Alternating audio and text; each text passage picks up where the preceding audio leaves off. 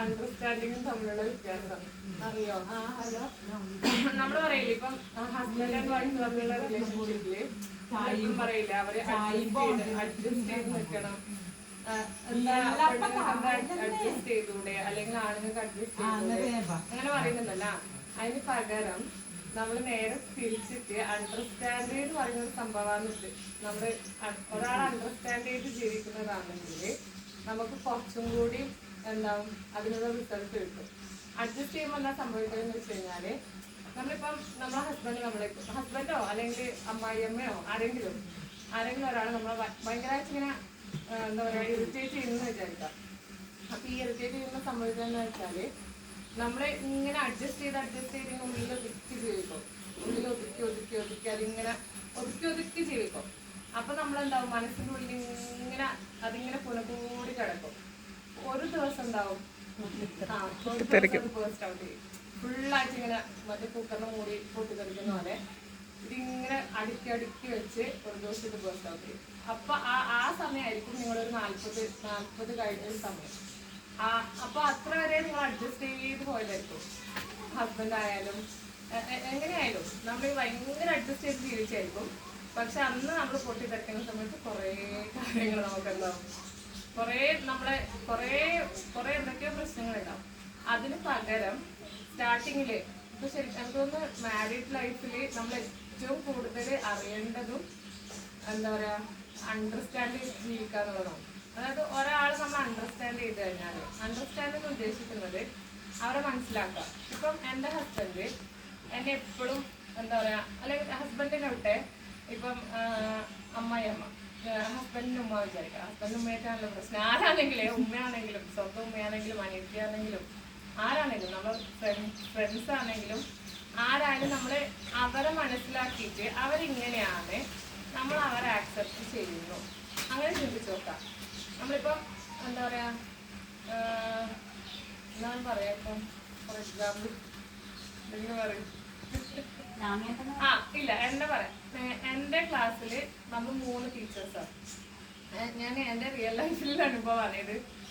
3 ടീച്ചേഴ്സാണ് ഒരു ക്ലാസ്സിൽ ഉണ്ടാവാം. അപ്പോൾ നമ്മൾ 3 ടീച്ചേഴ്സിൽ ഒരാൾ ഭയങ്കര പ്രശ്നമാണ്. പലസ്തീനാണ് ഒരു ഭയങ്കര പ്രശ്നം എന്ന് പറഞ്ഞാൽ അവരുടെ കൂടെ വർക്ക് ചെയ്യാൻ കുറച്ച് പണിയാണ്. അപ്പൊ ഞാൻ ഒരു ദിവസം എന്താക്കി, ഞാൻ പറഞ്ഞില്ല എനിക്ക് ഇവരോട് വർക്ക് ചെയ്യാൻ പറ്റില്ല, ഞാൻ ഭയങ്കര കരച്ചില്, എനിക്ക് പറ്റൂല എന്ന് പറഞ്ഞാൽ ഫുള്ള് കരഞ്ഞ് കുഴപ്പമാക്കി. അതിൽ മറ്റേ ടീച്ചർ എന്നോട് പറഞ്ഞ് അങ്ങനെയല്ല ചെയ്യേണ്ടത്, നീ അവളെ മനസ്സിലാക്കണം.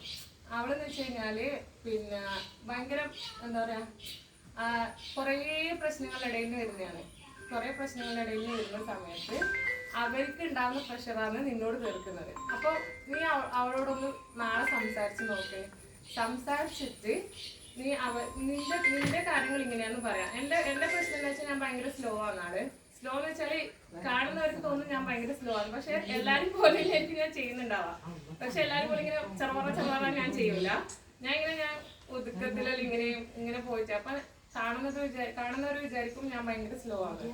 അപ്പൊ അതാണ് അവരുടെ പ്രശ്നം. അപ്പൊ ഞാൻ എന്റെ പ്രശ്നങ്ങൾ അവരോട് പറഞ്ഞേ, അവരെ കാര്യങ്ങളും എന്നോട് പറഞ്ഞാൽ എനിക്ക് ഇങ്ങനെയല്ല വേണ്ടേ, ഞാൻ പറഞ്ഞ എനിക്ക് എന്റെ കാര്യം ഇങ്ങനെയല്ല. അപ്പം അവിടെ എന്തായി, നമ്മൾ തമ്മിലൊരു അണ്ടർസ്റ്റാൻഡിങ് വന്നേ. അതിനുശേഷം ഇന്നേ വരെ അൽഹംദുലില്ലാ ഒരു പ്രശ്നവും ഉണ്ടായിട്ടില്ല. നമ്മൾ തമ്മിലൊരു പ്രശ്നം ഉണ്ടായിട്ടില്ല. എന്നെ അവർക്ക് മനസ്സിലാക്കാൻ പറ്റി, അവരെ നമുക്ക് മനസ്സിലാക്കാൻ പറ്റി. അപ്പൊ നമ്മൾ തമ്മിൽ നമ്മളെ ആരായാലും ആരുടെ ഇടയിൽ നിന്നായാലും നമ്മൾ അങ്ങനെ പ്രശ്നം വന്നു കഴിഞ്ഞാല് വേഗം ഉണ്ടാണ്ട് നിൽക്കല്ല വേണ്ടത്. നമ്മൾ എന്ത് ചെയ്യാന്നറിയാം, നമ്മൾ ആരെങ്കിലും ഒന്നും ചെയ്ത് കഴിഞ്ഞാല് ഓളെന്നെ അങ്ങനെ ചെയ്തില്ലേ, എന്താ ഒന്ന് കാണാലോ, അവരങ്ങനെ ചെയ്താലേ ഇനി നമ്മൾ അവരോട് കൊണ്ടുവരും. അങ്ങനെ ഒരു മനസ്സിൽ നമുക്കൊരു ഇതുണ്ടാവും. അപ്പൊ നമ്മൾ അതില്ലാണ്ട് ഫസ്റ്റ് അവരോട് ഫോർഗീവ് ചെയ്യുക.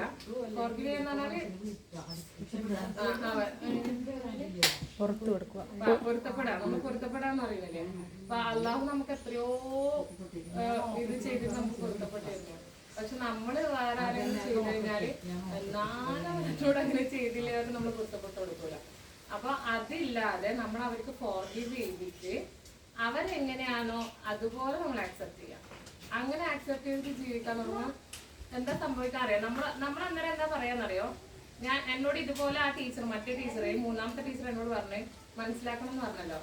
അപ്പൊ ഞാൻ പറഞ്ഞ അതെന്താ ആ ടീച്ചർക്ക് എന്നെ മനസ്സിലായിക്കൂടെ, അങ്ങനെ ആവാലോ, അതെന്താ എന്നെ മനസ്സിലാക്കട്ടെ. എന്നിട്ട് എന്നോട് പറഞ്ഞേ നീ അങ്ങനെ ചെയ്ത് നോക്ക്, എന്നിട്ട് നിനക്ക് എന്താണോ റിസൾട്ട് ഉണ്ടാവുന്നത് നീ എന്നോട് പറയും, എന്നാലും ഒന്ന് മനസ്സിലാവും നമുക്ക്. അതുപോലെ തന്നെ നമ്മളിപ്പം മനസ്സിലാക്കുന്ന കാര്യം പറയുമ്പോൾ തന്നെ